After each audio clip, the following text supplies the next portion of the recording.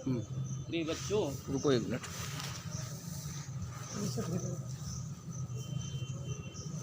लो।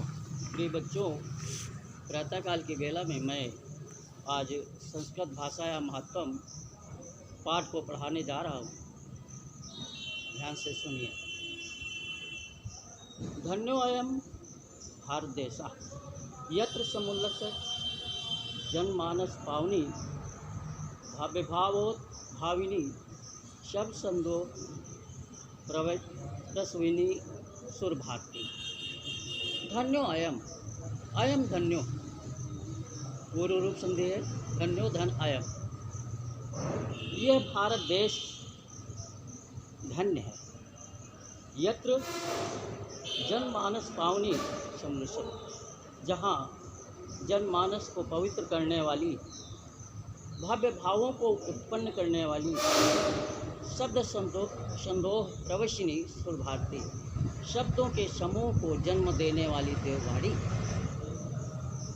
विद्यमाने निकलेश वाग्मय अस्याः वाग्मय सर्वश्रेष्ठम सुसंपन्नम च वर्तते। संपूर्ण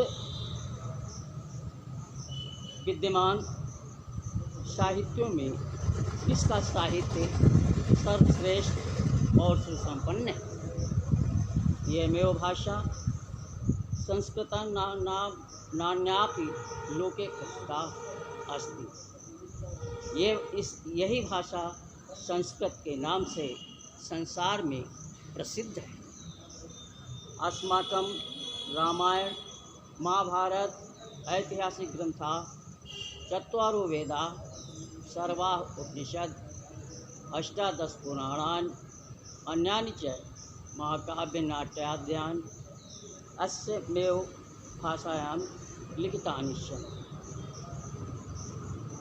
हमारे रामायण महाभारत ऐतिहासिक ग्रंथ, चारों वेद, सभी उपनिषद, 18 पुराण और अन्य महाकाव्य नाटक आदि इसी भाषा में लिखे हुए हैं। यमेव भाषा सर्वसामान्य भाषाणां जननीति मन्यते भाषा तत्त्वभिः। भाषाओं के विद्वान लोग इसी भाषा को सभी आर्य भाषाओं की माँ मानते हैं। संस्कृतस्य गौरवं वो विविध ज्ञानाश्रितत्वं व्यापकत्वं च न कस्यात् दृष्टिर्विषयः। संस्कृत का गौरव और अनेक प्रकार के ज्ञान का आश्रय और व्यापकता किसी की दृष्टि से छिपा नहीं है। संस्कृतस्य गौरवमेव दृष्टिपथ मानी सम्यक मुक्त आचार्य प्रवरेण दंडिना। संस्कृत के गौरव को दृष्टि में रख करके संस्कृत के आचार्य प्रवरदंडी ने उचित ही कहा है, संस्कृतम नाम दैवी वाग्वाख्याता महर्षि भी। संस्कृत को महर्षियों ने ईश्वरीय वाणी बताया है, ईश्वर की वाणी बताया।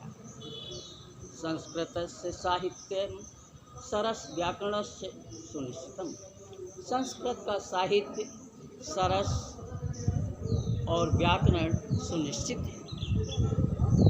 तस्य गद्य पद्य च लालित्यम भावबोध सामर्थ्यम अद्वितीयम श्रुति माधुर्यश्च वर्तते।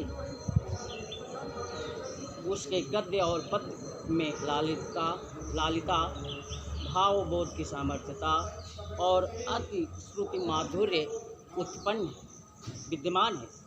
किम बहुना चरित्र निर्माणार्थम यादृशी सत्प्रेरणा संस्कृत वाग्मयम ददाति। किम बहुना, अधिक क्या कहें, चरित्र के निर्माण में जिस प्रकार की सत्प्रेरणा, जिस प्रकार की अच्छी प्रेरणा संस्कृत साहित्य देता है, ना तरदर्शी किंचित धन्यत्व, दूसरा साहित्य ऐसी इस प्रकार की प्रेरणा नहीं देता है। मूलभूतानां मानवीगुणानां यादृशी विवेचना संस्कृत साहित्ये वर्तते नान्यत्र तादृशी। मूलभूत मानवीय गुणों की जिस प्रकार की विवेचना संस्कृत साहित्य में विद्यमान है, नान्यत्र न धन अन्यत्र कहीं भी तादृशी वैसी कहीं नहीं प्राप्त। दया दानम शौचम औदार्यम अनसूया क्षमा अन्य चाहने के गुणा अस्य साहित्य से अनुशीलनेन संजायन्ते। दया दान पवित्रता उदारता ईर्ष्या न करना क्षमा और अनेक प्रकार के गुण इस साहित्य के पालन करने से उत्पन्न होते हैं। संस्कृत साहित्य से आदि कवि वाल्मीकि, महर्षि व्यास, कवि कुलगुरु कालिदास, अन्य च भास भारवी भवभूत्यादयो महाकव्या स्वकीय ग्रंथ रत्नै अद्यापि पाठकानां हृदि विराजन्ते। संस्कृत साहित्य के आदि कवि वाल्मीकि, महर्षि व्यास, कवि कुलगुरु कालिदास और भी भास भारवी भवभूति आदि महाकवियों ने अपने लिखे हुए ग्रंथ रत्नों के द्वारा आज भी पाठकों के हृदय में विद्यमान है। इयं भाषा अस्माभिः मात्र समम सम्माननीया वंदनीया च। यह भाषा हम सभी की माता के समान सम्मान करने और वंदना करने योग्य है।